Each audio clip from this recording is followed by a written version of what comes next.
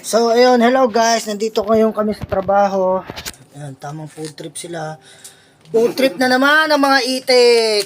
Ayun. So, ito guys, tuturuan ko kayo kung paano magtimpla ng kape. Lalo na sa mga beginner dyan na hindi pa marunong magtimpla ng kape, tuturuan ko kayo. Saglit lang, isa-set up ko lang yung yung camera ko.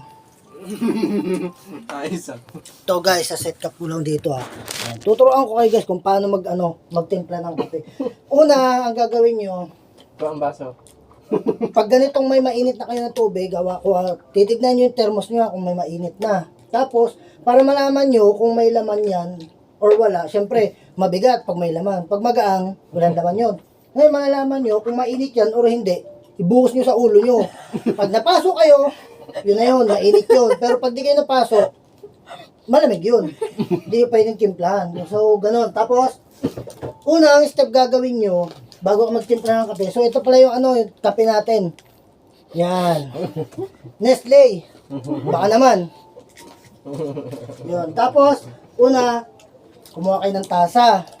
Yan. Depende sa inyo kung ano yung tasang trip nyo. Kung gusto nyo yung malaki o yung maliit, bahala ka sa buhay nyo.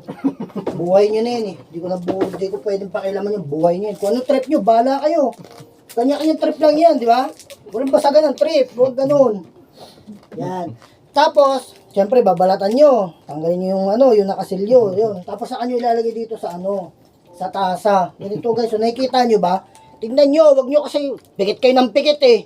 Tingnan nyo, paano nyo makikita kung di kayo nakatingin, kung nakapikit kayo, ano ba? Ayusin nyo naman trabaho nyo, guys. Oh, sasalin nyo, di ba?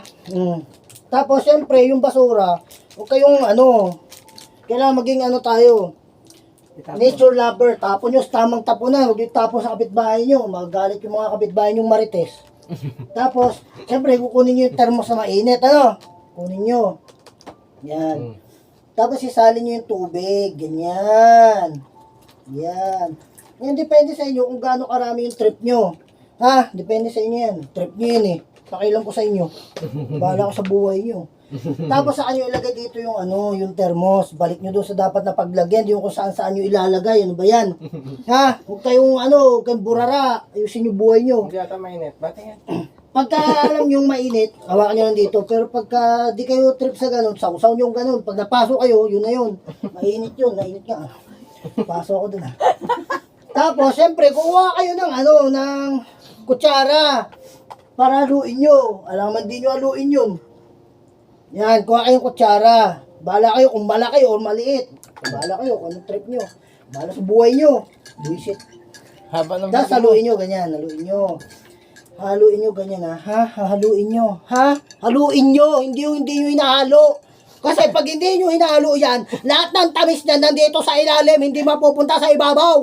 Ano ba? Ayusin nyo. Ginagalit nyo ako eh. Ha? Yan, ganyan. Tapos ngayon, siyempre, titikman mo yan kung masarap o hindi. Pag hindi ka nasarapan, itapon mo. Pero pag nasarapan ka, tuloy mo lang. mainit. Yan, ganyan. Di ba? Sarap. Oh. So, yun na yun.